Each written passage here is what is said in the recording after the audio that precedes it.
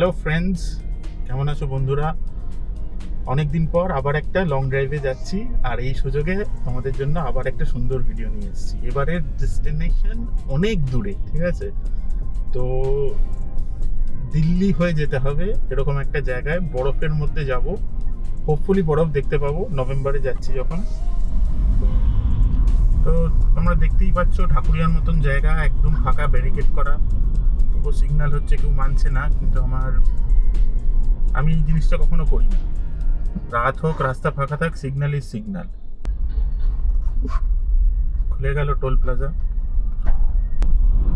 সামনে আবার ম্যাপে দেখাচ্ছে সাঁতরাগাছিতে বেশ ভালোই জ্যাম আছে। মানে আবার কতক্ষণ লাগবে সাঁতরাগাছিতে, কবে যে এটা ঠিক হবে ব্যাপারটা। দেখো সাঁতরাগাছিতে এমন জ্যাম হয়েছে, ডান দিকে কোনো একটা লাইনে ম্যাপে দেখাচ্ছে ঢুকে গেছি। এবার জানি না অন্য কোনো জায়গা থেকে আমরা হয়তো কলকাতা আউটার রিং রোডে কানেক্ট করবো।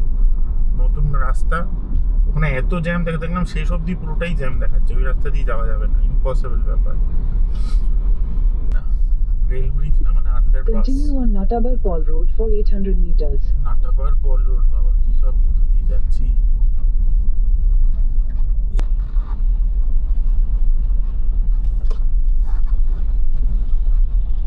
রাস্তাটা শেষ অবধি In পেলাম, বলো। 500 meters, slight right toward National Highway 12, National Highway 16.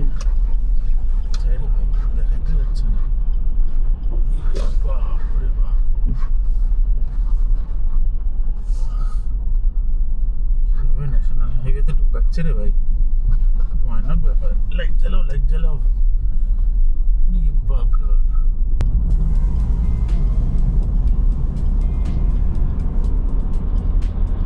In 800 meters, keep right to stay on National Highway 12, National Highway 16. Finally উঠলাম হাইওয়েতে। প্রায় 1 ঘন্টা লেগে, প্রায় কি পুরোপুরি 1 ঘন্টা লেগে গেল। চলে এসেছি প্রথম ন্যাশনাল হাইওয়ের টোল প্লাজাতে। তো দেখা যাক এখানে কোত্থেকে কাটে, আদৌ মেন ব্যালেন্স থেকে কাটে নাকি সেই 200 যে ব্যালেন্স আছে অ্যানুয়াল পাসে সেখান থেকে কাটে। দেখা যাক কি হয়। ফাঁকা থেকে ঢুকতে হবে বাবা, আগের বার যা হলো। কোনটাতে যাই, এটাতে ফাঁকা আছে, এটাতে যাবো।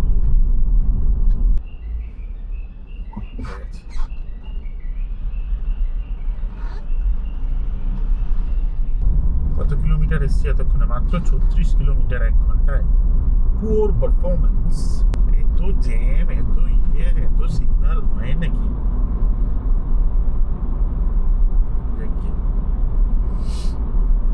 ন্যাশনাল হাইওয়ের এই একটা ব্যাপার, এত গাড়ি টাড়ি চলে। এক্সপ্রেসওয়ে হলে কবে যে বেনারস কলকাতা এক্সপ্রেসওয়েটা কমপ্লিট হবে আর আমরা একটু ঠিকঠাকভাবে ট্রাভেল করতে পারবো। মোটামুটি এই প্রায় 100 কিলোমিটার কমপ্লিট হতে চলেছে, 99.6। আমরা এখনো ওয়েস্ট বেঙ্গলেই আছি, প্রবাবলি এখন বাজে 4:43। বেনারসে এখনো দেখাচ্ছে 600 কিলোমিটার, 598 কিলোমিটার দেখাচ্ছে। 4:30টার সময় পৌঁছবো। এখনো 11 ঘন্টা 53 মিনিট, মানে 12 ঘন্টার রাস্তা বলছে এখনো বেনারস। পৌঁছে গেছি শক্তিগড়ে। বাঁদিকে দেখা যাচ্ছে ভর্তি ল্যাংচা ভবন, কিন্তু এখন বাজে ভোর 5টা।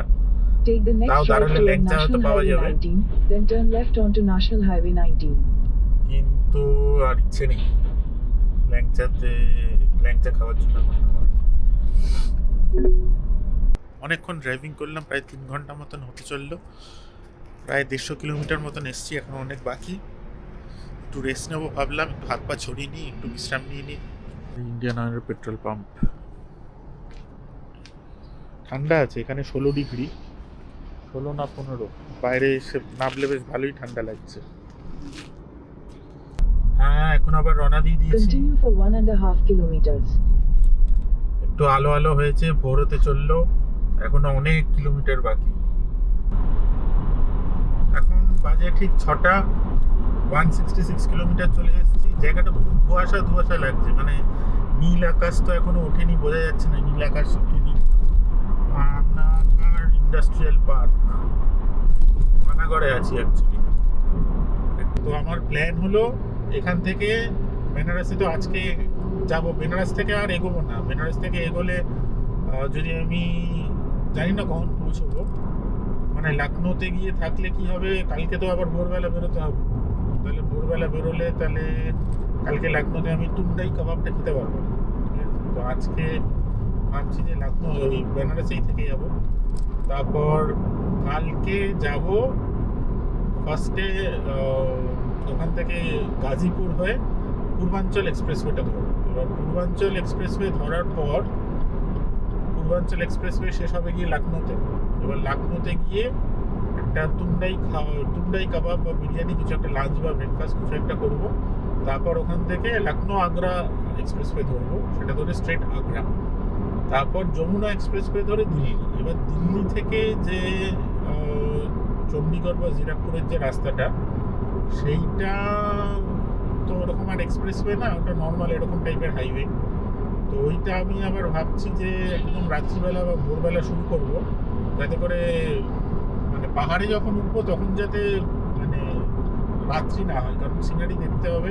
তাছাড়া পাহাড়ে, মানালির পাহাড়ে আগে কখনো নিজে ড্রাইভ করিনি, তো অন্ধকারে না যাবোই ভালো। রাস্তায় রাস্তায় গুলিয়ে ফেললে মুশকিল হয়ে যাবে। তো এই হলো ব্যাপার, মোটামুটি এই প্ল্যান। এবার আমার কোনো মানে বুকিং কিছু নেই, প্ল্যান যখন তখন চেঞ্জ হতে পারে। যদি দেখি এখানে যাওয়া যাচ্ছে না, ওখানে হচ্ছে না, চেঞ্জ হয়ে যাবে। এই হলো ব্যাপার। তো খুবই ভালো লাগছে এখন সকালে। আমি এখন কোথায় এমনিতে থাকলে বাড়িতে বসে থাকি, বাড়িতে বসে থাকলে এখন এই সময় তো ঘুমোচ্ছি, উঠেও না, সকালবেলা সেই রেডি হয়ে আবার সেই অফিসের চিন্তা, তারপর কিছুক্ষণ পরে এই মিটিং, এই কাজ করতে হবে। 150 meters, join with National Highway 19. এখন তো ন্যাশনাল হাইওয়ে 19-এই থাকবো সারাক্ষণ, কোনো মানে কোনো ব্যাপার না। আজকে সারাদিন ন্যাশনাল হাইওয়ে 19, কালকে ন্যাশনাল হাইওয়ে 19 ছাড়বো। তো এটা অ্যাকচুয়ালি বাসকোপা টোল প্লাজা ছিল। তো আমি চেক করলাম যে লাস্ট কয়েকটা টোল প্লাজায় অ্যাকচুয়ালি কাটেনি, মানে মেন ব্যালেন্স থেকে কাটেনি। ওই অ্যানুয়াল পাস যেটা করা হয়েছিল ওটার বেসিসেই এটা হচ্ছে। তো ভালোই হচ্ছে, মনে হচ্ছে অনেকটাই সেভ হবে, পরে বোঝা যাবে। কারণ এখান থেকে দিল্লি তো মানে বলে না, দিল্লি বহুত দূর মানে লিটারালি বহুত দূর। আর কটা যে টোল প্লাজা পড়বে, কটা যে মানে 100 টাকার উপরে টোল, কেউ যায় না। তো আমার মনে হয় একটা ট্রিপেই মোটামুটি 3000 টাকা উঠে আসবে। এসছি 200 কিলোমিটার, এই মিটারে দেখাচ্ছে 201 কিলোমিটার। এখনো বলছে 10 ঘন্টা লাগবে, 500 কিলোমিটার বাকি।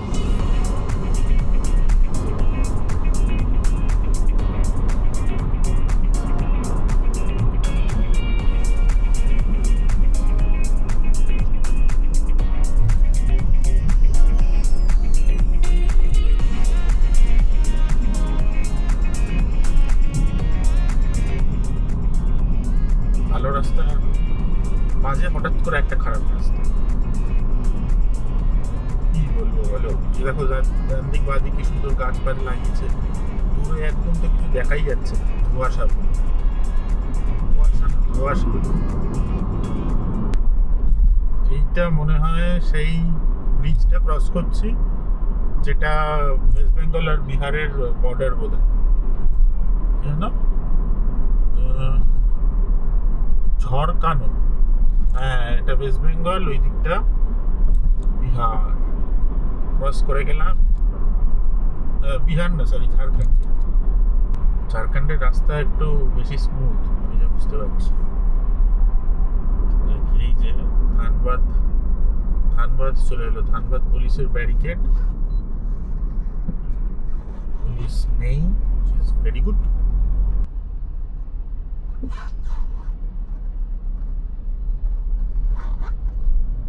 খুলে গেল টোল গেট, টোল তাও তো বুঝতে পারলাম না। Dhanbad 42 kilometre, Maithon dam 5 kilometre, Chirkunda 3 kilometre.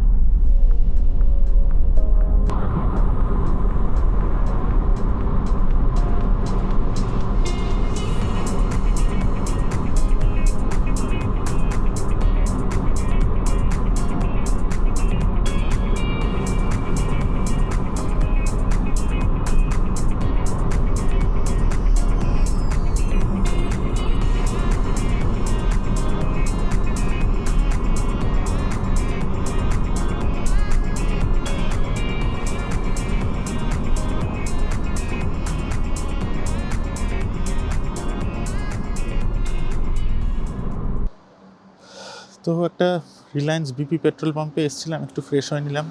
ভেবেছিলাম এখানে কোনো স্ন্যাক্স ফ্যাক্স খাবো, কিন্তু এখানে যা দেখছি এখানে কোনো এই স্ন্যাক্সের সেরকম সুবিধে নেই। এবার একটা কিছু ব্রেকফাস্ট করে তারপর একদম ডাইরেক্ট লাঞ্চের জন্যই দাঁড়াবো না। সেরকম আর কিছু খাবার দাবার পেলাম না, পরে কোথায় কি খাবার পাওয়া যায় দেখতে হবে। আবার এখন এগোই, রওনা দিই। একটা যোগা বার করে নিয়েছি, একটু খিদে পাচ্ছিল, ততক্ষণ এটাই খাই।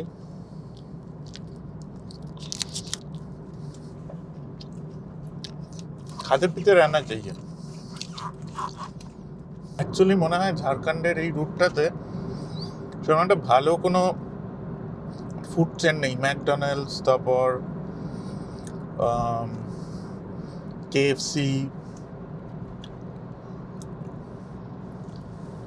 এইগুলো নেই।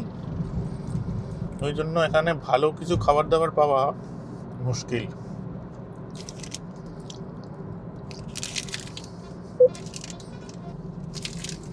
তবে ঝাড়খণ্ডের রাস্তা কিন্তু খুব সুন্দর। সামনেটা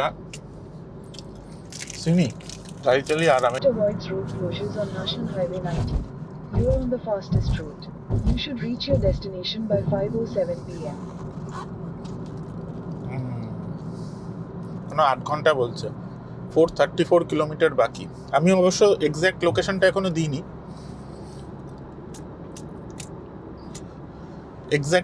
এখনো দিইনি। তো আমি তো অ্যাকচুয়ালি বেনারস জাস্ট গুগল ম্যাপে দিয়ে দিয়েছি যে মুঝে বেনারস জানা है। মানে জাস্ট বেনারস বলে লিখেছি, যেখানে আমি জানিও না এক্স্যাক্টলি কোন হোটেল বা কি কোথায় যাবো সেসব কিছু জানি না। জাস্ট বেনারস বলে গুগলে সার্চ দিয়েছি, যে লোকেশনটা নিয়ে নিয়েছে। কিন্তু অ্যাকচুয়ালি আমি তো সেসব জায়গায় থাকবো না, আমি অ্যাকচুয়ালি হাইওয়ের কাছাকাছি, আমি ভেতরে ঢোকার প্ল্যান নেই। তো মনে হয় অতটা একটু আগেই পেয়ে যাবো। একটা ভালো হোটেল বুক করতে হবে সময় মতো। সামনে এটা কি সুন্দর লাগছে দেখতে। ঝাড়খণ্ডের রাস্তা মানে শুধু কোয়ালিটি ভালো না, সিনিকও বটে। এরপরে তো পরেশনাথ পাহাড়গুলো আসবে, ওগুলোও তো মানে আলাদাই ভালো দেখতে জায়গা। মানে একটু অন্যরকম, একটু শহুরে বা এমনি নর্মাল হাইওয়ে থেকে একটু অন্যরকম। ব্রিজ এসে গেছে, কি সুন্দর ওভারপাস করা, মানে হাঁটার জন্য কি সুন্দর একটা বানানো, দেখতেও হেভি লাগছে। আর সব থেকে ভালো ব্যাপার যেটা আমার লাগে, এই দুটো মাঝখানে ডিভাইডারে এই ফুল গাছ লাগানো থাকে। ফুল হলে হেভি সুন্দর লাগে দেখতে, আলাদা একটা সিনিক হয়ে যায় ব্যাপারটা। সামনে টাটা কার্ভ যাচ্ছে, টাটা কার্ভ।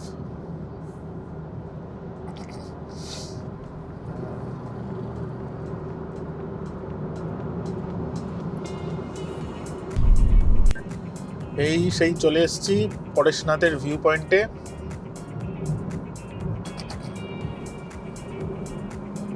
সামনে দেখা যাচ্ছে পরেশনাথ পাহাড়। সিনিক বেশ ভালো জায়গাটা।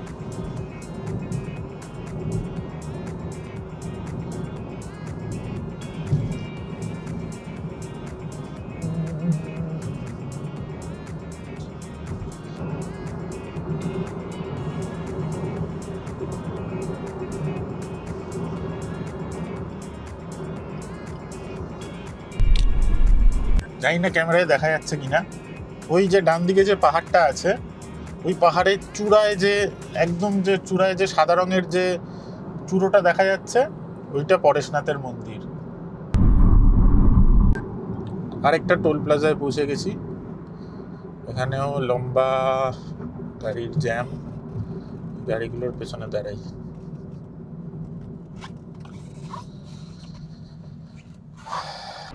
মাঝখানে একটা জায়গায় এসে দাঁড়িয়েছি, এখানে এরকম গাড়ি করে আখের রস বিক্রি হচ্ছে।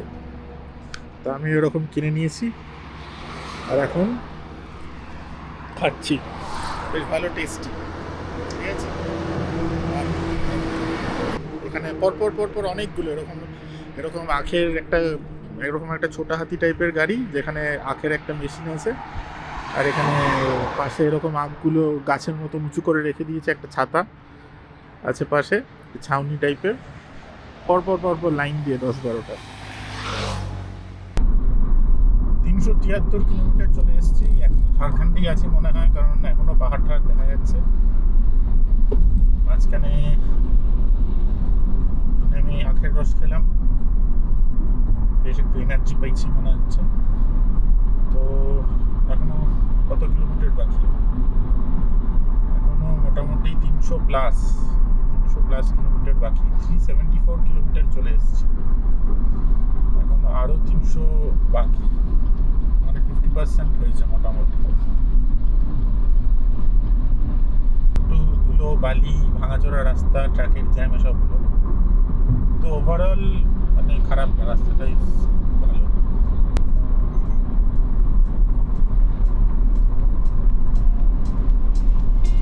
রাস্তার সিনারিগুলো বেশ সুন্দর, বড় বড় ঝাউ গাছ, এখানে ছোট ছোট দোকান বসেছে, সামনে একটা লম্বা বিশাল বড় পাহাড় দেখা যাচ্ছে।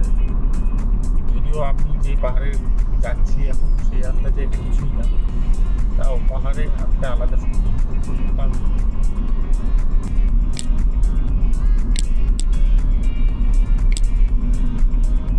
তো কটা বাজে এখন?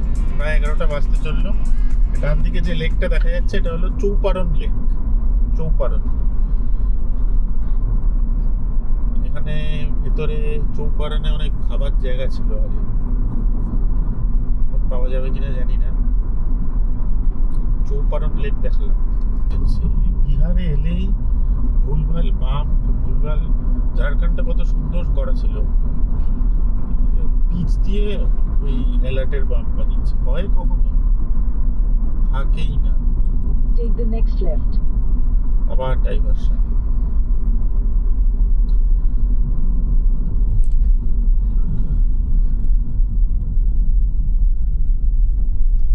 Continue for 800 meters.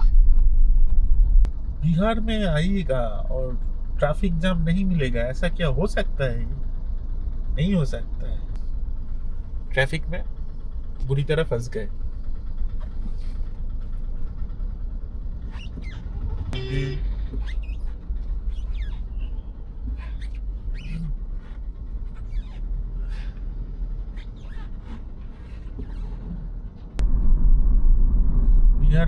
বিহারে এলেই বুঝতে পারবে যে বিহারে এসছো।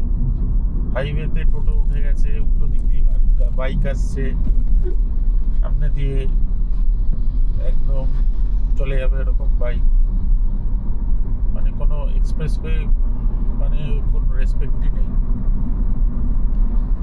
ন্যাশনাল হাইওয়ের কোনো রেসপেক্টই নেই। যা খুশি তো, এটা নর্মাল পাড়ার রাস্তা। বিহারে ন্যাশনাল হাইওয়েও মনে হয় পাড়ার রাস্তা। বলবো, এদিকে ভটভটি নিয়ে আলু নিয়ে যাচ্ছে, ওইদিকে বাইক উল্টো দিক থেকে আসছে, যা খুশি তাই হতে পারে এখানে। বেলা হয়ে গেছে প্রায় 1টা, আর আমি চলে এসেছি এখনও 470 কিলোমিটার। আর 30 কিলোমিটার হলেই 500 কিলোমিটার হয়ে যাবে, কিন্তু গন্তব্য এখন অনেক দূরে। যাচ্ছি বেনারসে, আরও 200 কিলোমিটার যেতে হবে, প্রায় আমাদের কলকাতা থেকে দীঘার ডিস্টেন্সের প্রায় সমান সমান। তো আপাতত এখন একটু খাবার জন্য একটু নীলাঞ্জনা এই হোটেলটাতে চলে এসেছি। বেশ সুন্দর ব্যবস্থা, এই ঠিক এখানে NH-19, আর তার পাশে এখানে এই হোটেল নীলাঞ্জনা। এখানে বেশ ভালো সুন্দর পার্কিং স্পেস আছে, আর এখান থেকে হেঁটে গিয়ে এটা হলো হোটেল নীলাঞ্জনা, খুব ভালো। এই হলো এন্ট্রেন্স।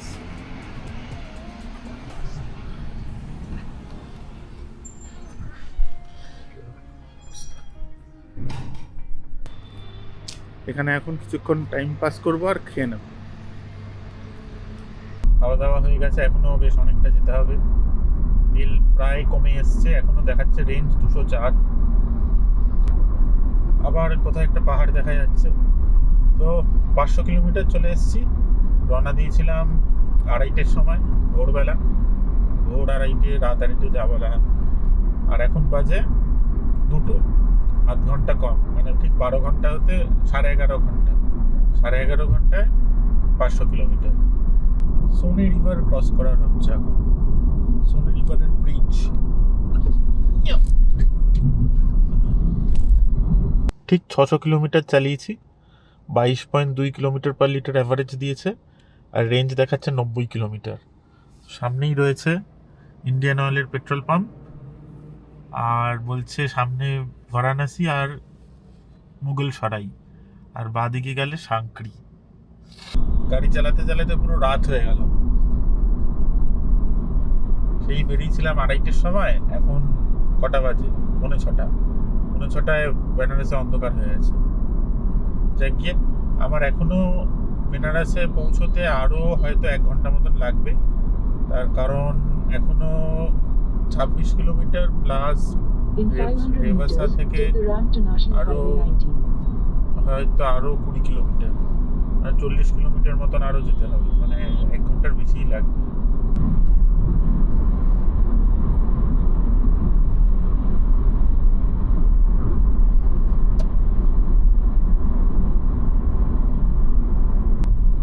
তো এখন যে রাস্তাটা দেখছো একদম অন্ধকার, পুরো লাইট টাইট জ্বলছে না। এটা হলো একেবারে brand new Benarasi ring road.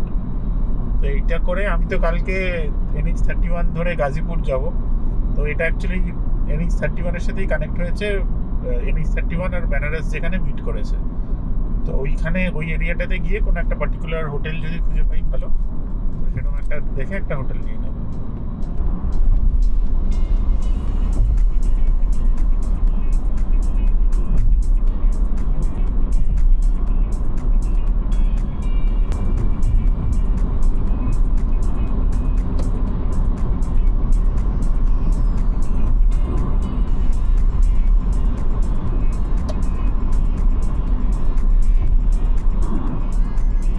সেই জায়গাটা আসছে, তার দিকে যে দেখা যাচ্ছে আলো জ্বলছে, ওইটা অ্যাকচুয়ালি ব্রিজ।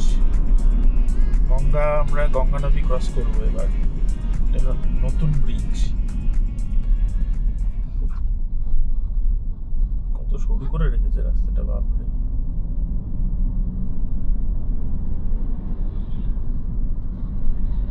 ফাইনালি 17 ঘন্টা পর আমি কলকাতা থেকে পৌঁছে গেছি বেনারসে। এইখানে এটা হলো দ্য কাশী প্রাইড। এটা হলো আজকে আমার রাতের ঠিকানা। পার্কিং আছে এখানে, গাড়িটা পার্ক করে দিয়েছি, সুন্দর ব্যবস্থা বেসমেন্টে, বিশাল জায়গা। গাড়ি একদম একলা পুরো জায়গা নিয়ে বসে আছে। গাড়ি সেফ, তো আমি নিশ্চিন্ত, বুঝলে? এটা হলো ব্যাপার। গাড়ি রাস্তায় রাখলে রাতে ঘুম হতো না, টেনশন। দরকারি জিনিসপত্র নিতে হবে, সেটা আমি বের করিনি।